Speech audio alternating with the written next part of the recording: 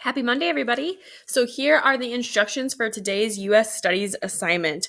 Our learning target today is I can write from the perspective of my role. So what that means is you've now been assigned the role for the role play.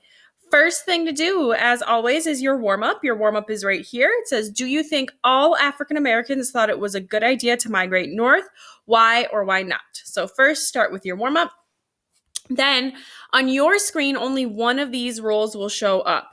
Okay, so only one of these roles will show up, and that's the role that you have been assigned for this role play.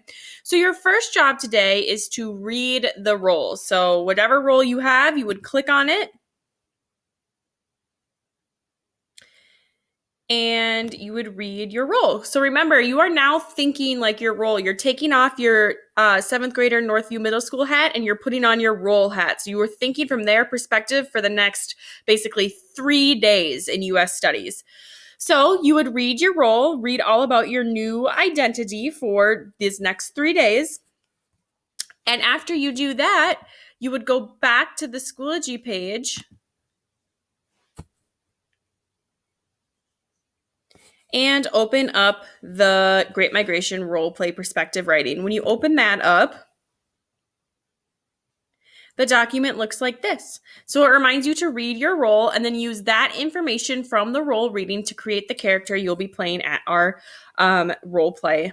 So first thing it asks you to do is highlight your role. So whatever role you are, you would take the cursor and run it over the words and highlight it whatever color you want.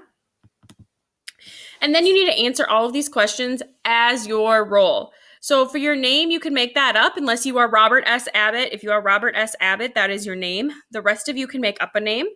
Who's in your family? That should be in your reading. If it wasn't in your reading, you can make that part up. What are your hopes for the future? So what does your role want in their life? It says if you could change anything about if you could change one thing about your life, what would it be and why? You'd answer that here. And then the last part says, do you think African Americans should migrate north? Why or why not?